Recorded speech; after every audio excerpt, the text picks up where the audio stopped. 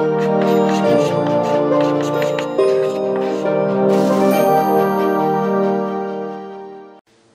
हम लोग रैखिक युग्म जो है ना समीकरणों का, कैसा समीकरणों का, कितने समीकरणों का, दो युग्म है तो दो होंगे ही।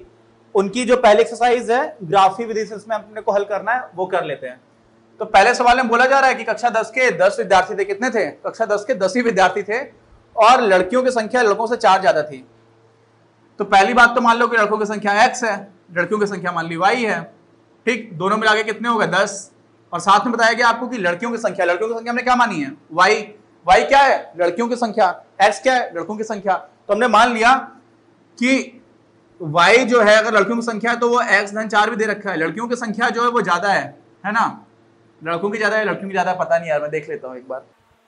हाँ, लड़कियों की संख्या ही ज्यादा है। तो ये दो हमें मिल गए, क्या समीकरण मिल गए। अब इन समीकरणों को अपने को क्या करना है? ग्राफीय विधि से हल करना है। कैसे? ग्राफीय विधि से कर देते हैं। इसको थोड़ा अच्छे से लिख देते हैं। इसमें x को आप इधर ले आओगे या y को इधर ले जाओगे तो क्या हो जाएगा? हो जाएगा ये x ऋण y धन 4 बराबर 0। ये आपका दूसरा समीकरण हो गया। ठीक, ये वही चीज लिखी हुई है लेकिन उसको थोड़ा व्यवस्थित कर दिया। इसमें भी आप 10 को इधर ले आओगे तो क्या हो जाएगा? ऋण 10 हो जाएगा बराबर 0 हो जाएगा। हो जाएगा कि नहीं हो जाएगा? इसमें कोई डाउट? अब क्या हुआ? ये दो समीकरण हो गए। तो हम लोग क्या करते हैं? ग्राफिक विधि से हल करने के लिए x का कुछ मान रखते हैं और y का एक मान निकालते हैं। और हमें सिर्फ 2 बार ऐसा चाहिए। क्यों? क्योंकि रेखा है, 2 बिंदु मिल जाएंगे। दोनों बिंदुओं को आप मिलाकर के कोई भी रेखा खींचोगे वो हमेशा एक ही रेखा रहती है ना? 2 बिंदुओं से आप वृत्त बहुत सारे खींच सकते हो लेकिन रेखा है तो हमेशा एक ही खींचेगी। समझे? तो इस वजह से अपने को सिर्फ 2 बिंदु पता करने हैं। तो x का कुछ मान रखा, y का वहां से कुछ मान निकाल देंगे। तो x धन y माइनस 10 बराबर 0 है। तो x का मान अगर मान लीजिए आपका क्या आता है? x का मान अगर 5 है तो 5 में आप 5 जोड़ोगे तभी तो 10 घटाओगे तो 0 मिलेगा। तो y भी आपको 5 मिल जाएगा। ऐसे ही x का मान अगर आपने क्या कर दिया 6 तो y का मान आपको मिल जाएगा 4। यानी कि 2 बिंदु मिल गए, 5,5 और 6,4। 6,4 क्यों बोल रहा हूं? पहले x को बोलते हैं और y को बाद में बोलते हैं।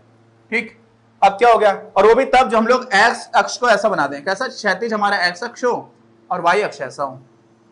ठीक है, बस आपको बना करके दिखा दूंगा, आपको समझ में आ जाएगा क्या है। बहुत ही आसान है यार, ग्राफिक विधि है। अब क्या हो जाएगा? ग्राफीय बोलते हैं हम लोग। क्या बोलते हैं? ग्राफीय। ये है, इसमें आप अच्छा कुछ भी इसमें आप मान रखोगे तो बहुत आसानी से हो जाएगा। इसी वाले समीकरण में रख लो। ये क्या रखा हुआ है? x का मान आपने रखा कितना? 0। तो y आपको क्या मिल जाएगा? 0 और 4 जोड़ोगे तो क्या मिल जाएगा? 4। y कितना हो जाएगा? 4। ऐसे ही आपने x का मान कुछ और ले लिया। कुछ और लेने का मतलब क्या ले लो? आप मान ले लो -4 ले लो x का, तो 0 हो जाएगा y। ये दो आपको बिंदु मिल गए।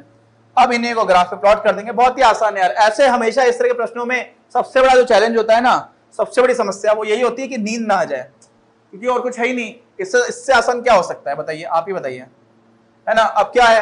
5,5 है तो इसको थोड़ा बना देते हैं। 1 2 3 4 5, 1 2 3 4 5, 1 2 3 4 5, 1 2 3 4 5। अब क्या है? 5,5। तो 1 2 3 4 5 आपको यहां मिल रहा है और 1 2 3 4 5 यहां मिल रहा है। यानी कि यहां पर जो बिंदु होगा, जो इसकी सीध में भी है और इसकी सीध में भी है, तो ये आपका एक बिंदु हो गया। दूसरा क्या है? 6,4। तो x को आप 6 कर दो।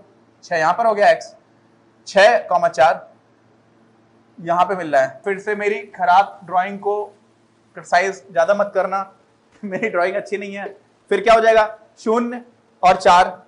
x कितना है? जब 0 है तो y कितना है? 4। तो x तो 0 यहां पर हो गया, y 1 2 3 4, यानी कि एक बिंदु ये मिल गया। दूसरा देखिए, x -4 है तो y 0 है। तो x 1 2 3 4, यहां पर हम 4 और इस पूरी लाइन पर y हमेशा 0 रहता है। तो आपको दूसरा बिंदु मिल गया। ये कितना हो गया? -4, 0। और ये कितना हो गया? 0, 4। अब इनको मिला दीजिए आप। यहां पे कहीं पे कट करेगा, है ना? अब हम लोग को थोड़ा सा समस्या आ सकती है क्योंकि हम लोगों ने इतने अच्छे से प्लॉट तो किया नहीं है। लेकिन फिर भी देखिए, 1 2 3 4 5 6 और 7, ये 7 पे शायद आ रहा होगा। अब हम लोग करके देख लेंगे। यहाँ पर देखिए, ये आ रहा होगा ऐसा करके, 3 पे आ रहा होगा। आई डोंट नो, 1 2 3 ऐसा देख तो रहा है कि 7 और 3 पर आ रहा है ये। अब आ रहा है कि नहीं आ रहा, हम लोग देख लेते हैं। तो ये वाली जो लाइन थी, पहले तो ये समझ लो, ये वाली जो लाइन थी वो कौन सी थी? दूसरा समीकरण था। दूसरा समीकरण हमारा क्या था? y बराबर x धन 4। ठीक, और पहला वाला क्या था? पहला वाला हमारा था x धन y बराबर 10। तो ये जो समीकरण है वो इसको दिखा रहा है और ये वाला समीकरण इसको दिखा रहा है। तो यहां पर ऐसा लग रहा है कि ये 7 पे जा रहा है और ये आ रहा है आपका 3 पे। तो इसका मतलब x हम लोग ने क्या माना था, लड़कों की संख्या, तो यहां से हमें पता चल रहा है कि x 3 होना चाहिए और y जो है 7 होना चाहिए। क्या ऐसा है, 3 और 7 को मिलाओगे तो 10 हो जाएगा? हाँ हो जाएगा। और y में से x घटाओगे तो 4 मिलेगा, या y जो है वो 3 धन 4 यानी कि सही है, दोनों इक्वेशन सही है। इसका मतलब अब देखो ऐसा इसलिए मैं बोल रहा था कि यार ये गलत इसलिए, देखो ये मैंने अच्छे से मेजर करके तो बनाया नहीं है, नाप के तो बनाया नहीं है। ये दूरी हो सकता है थोड़ी कम ज्यादा हो, देखो जैसे ये दूरी ज्यादा हो गई है, ये दूरी कम हो गई है, होनी एकदम बराबर चाहिए। अगर आप सही से इसको बनाओगे, आपको स्क्रीन पर जो दिख रहा है वो बिल्कुल ठीक सा बना हुआ है, लेकिन ये जो मैंने बनाया प्लॉट करके ये थोड़ा सा गलत हो सकता था, इसलिए मुझे थोड़ी सी आशंका थी, लेकिन उसके बाद भी ये अपना उत्तर सही मिल गया। तो ये 7 क्या हो गया, 3,7। 3 पहले क्यों लिखा है, पहले x को लिखते हैं, y को बाद में लिखते हैं, तो 3,7 ये आपका उत्तर हो गया। ये पूछा गया था यार। इसी में क्या है, दूसरा पार्ट है कि 5 पेंसिल और 7 कलमों का मूल्य कितना है, 50 रुपए है। 5x धन 7y, ये 50 रुपए खर्च किए, हो गया, एक समीकरण मिल गया। अब दूसरा क्या है, 7 पेंसिल और 5 कलम का मूल्य 46 है, यानी कि उल्टा कर दिया, 7x कर दिया, 5 कलम कर दिया, ये आ गया आपका 46। अब पूछा जा रहा है एक पेंसिल का मूल्य और एक कलम का मूल्य ज्ञात कीजिए। अच्छा देखो, ये ग्राफी विधि से हमको अभी तक करना बताया गया है। अगर आप इसको ग्राफी विधि से नहीं भी करोगे ना, तो बहुत आसानी से इसको आप कैसे कर सकते हो, प्रतिस्थापन विधि से भी कह सकता है, विलोपन विधि से भी कह सकता है, और वज्रगुणनखंड से भी कह सकता है, जो हमारी बीजगणितीय विधियां हैं। लेकिन क्योंकि हम लोगों ने अभी सिर्फ ग्राफी वाला मेथड पढ़ा हुआ है, तो हम ग्राफी मेथड से कर देते हैं। अब थोड़ा सा इसमें कैलकुलेशन और थोड़ा बड़ा ग्राफ बनेगा। यहां पर आपने x और y है, x का मान आप क्या रखिए, x का मान आपने रख दिया यहां पर कितना, कुछ ऐसा मान लो जो जिसको लेकर के कोई ऐसी डिफिकल्टी ना आ रही हो। x का मान हम मान लेते हैं 3। जब आप x 3 लोगे तो 5 3 15 हो जाएगा, 50 से 15 घटाओगे तो कितना मिलेगा, 35। तो y क्या हो जाएगा, 35 में आप 7 से भाग दोगे तो y आपको मिल जाएगा 5। एक तो आपको ये मिल गया। दूसरा आप क्या कर सकते हो, दूसरा भी कुछ ऐसा मान ले लेते जो हमें पूरा पूरा दिख जाए। ऐसा इसलिए करते हैं यार कि x और y को हम लोग आसानी से प्लॉट कर पाए। अब अगर मान लो आपको कुछ और मिल गया, कुछ ऐसा मान मिल गया, तो बहुत कठिन हो जाता है प्लॉट करना, है ना। इसलिए ऐसे थोड़ा सा जुगाड़ लगा करके देख लेते हैं इसको।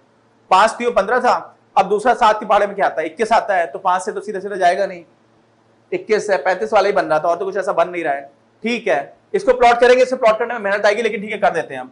5 को हम लोगों ने क्या लिया, 3 लिया था, यहाँ पर 4 ले लेते हैं। चलो 5 को अगर हम 4 ले लेते हैं तो 20 हो जाएगा। तो ये हो जाएगा आपका क्या, 30। देखो ये हो गया 20, समझो यार, ये कितना हो गया 20। 20 आपने 50 से घटाया तो कितना हो जाएगा 30। 7y इज इक्वल टू 30, यानी 7y बराबर 30। तो y क्या हो जाएगा 30/7, कितना हो जाएगा 30/7। अब ये बटे वाला जो है ना, उसको ड्रॉ करना बहुत कठिन होता है, इसलिए हम लोग ग्राफी विधि का यूज नहीं ही करते हैं, कभी नहीं करते हैं, समझ रहे हो। लेकिन अभी हम लोग को दे रखा है कि ग्राफी विधि से करना था, इसलिए कर दे रहे हैं। हालांकि इस प्रश्न में नहीं लिखा हुआ है, लेकिन इस एक्सरसाइज में आमतौर पर यही है। यहां पर देख लो, यहां पर आप क्या करोगे, अगर आपने यहाँ पे x को 3 रखा, कितना रखा x को 3, तो 7 के 21 हो जाएगा। 21 आप 46 से घटाओगे तो बचेगा 25, तो y कितना आ जाएगा 5। यानी कि यहां पर भी 3 और 5 तो बिंदु आ ही रहा है, समझ रहे हैं। अच्छा ये तो वैसे बहुत आसान हो गया, बहुत ही आसान हो गया। क्यों, क्योंकि इस समीकरण में भी x और y 3 और 5 पे जा रहा है, इसमें भी x और y 3 और 5 पे जा रहा है। इसका मतलब ऐसा कुछ हो रहा है क्या, ऐसा कुछ हो रहा है कि दोनों ही जगह पर 3 और 5 3 और 5 एक बिंदु, तो इसका मतलब यही सॉल्यूशन होना चाहिए। लेकिन हम देख लेते हैं अभी दूसरे में क्या करेंगे। दूसरे में हम ऐसा कुछ करते हैं, 7 है, 7 दूनी 14 करेंगे, 7 के 21, 7 चौको 28, 7 5 35, 7 6 42। किसी और में इतना अच्छा सोल्यूशन बनेगा नहीं, तो x का मान 4 ही ले लो यार, कोई दिक्कत नहीं है। 4 ले लोगे तो कितना हो जाएगा 28। 28 से आप 46 से 28 घटाओगे कितना हो जाएगा बताइए, 18 में आप 5 से भाग दोगे तो मिल जाएगा आपको 18/5। ठीक, वैसे यहां से सॉल्यूशन देखने लगा क्योंकि हम लोगों ने कुछ इस तरह के मान ले लिए थे। देखो यहां पर x जब 3 है तो y कितना है 5 है, तो x जब आपका 3 है तो y कितना है 5। 1 2 3 4 5, ये बिंदु आपको मिल गया, ये देखिए। ठीक, ये 3 हो गया, ये 5 हो गया, और दूसरा क्या है 4, 30/7। तो 4 तो x कहां पर हो जाएगा, 1 2 3 4, तो ये आपका हो गया x। ठीक, ये हो गया x, यानी कि इसकी सीध में कुछ आ रहा होगा। लेकिन आपको समझना ये है कि 30/7 का मान कितना होता है, तो 30/7 का मान कितना होगा, 7 चौको 28, थोड़ा सा ज्यादा होगा, किससे 4 से। अरे भाई ये समझो ना क्या लिखा हुआ है, ये लिखा है 4.27, ऐसे करके कुछ लिखा हुआ है, तो 4.25 से थोड़ा सा ज्यादा हो गया, है ना। इतना ही नहीं है, ये ऐसे ऐसे कर दो। अभी क्या हो जाएगा y पर 1 2 3 4, यहां से थोड़ा सा ऊपर ले लो, ये आपने ऐसे करके कोई पॉइंट ले लिया, तो ये जो आपको बिंदु मिला वो कौन सा बिंदु हो गया, वो हो गया 4, 30/7। तो इन दोनों को मिला दो, ऐसे ही आप दूसरे को मिला दीजिए, यहां पर भी आपको 3,5 मिल रहा है। इसीलिए मैंने बोला था ये तो अपने को पहले से ही दिख गया, लेकिन ठीक है अब मुझे करना था तो मैंने कर दिया। वो एक संयोग था कि हम लोगों ने पहले से ऐसे बिंदु उठा लिए जो हमें सॉल्यूशन दिख गया है, लेकिन ठीक है अब कर लेते हैं। तो ये 3,5 तो हमें फिर से यही मिलेगा। दूसरा 4,18/5, तो 4 क्या है? x है। 1 2 3 4, अब 18/5। 1 2 3 4, 4 से यहां पर कम होगा, क्यों? क्योंकि 5 से आप 18 में भाग दोगे तो कितनी बार जाएगा? 3.6 बार, यानी कि 4 से कम होगा, 3.5 से ज्यादा होगा। तो देखिए 3 ये 4 ये, तो 3.5 बिल्कुल बीच में आ जाएगा, उससे भी थोड़ा सा ऊपर होना चाहिए। तो यहां से आप जो सही से प्लॉट करोगे तो आपको यहां पे और यहां पर ये जो बिंदु मिल रहा है वो है आपको कौन सा? ये वाला बिंदु क्या है समझिए। देखो यार ये बिंदु तो आपको 3,5 हो गया, दोनों ही जगह पर वही है। यहां पर ये क्या हो गया? ये हो गया 4,30/7, और ये वाला जो बिंदु है वो कितना है? 4,18/5। समझे? अब आप इन दोनों को मिला दीजिए।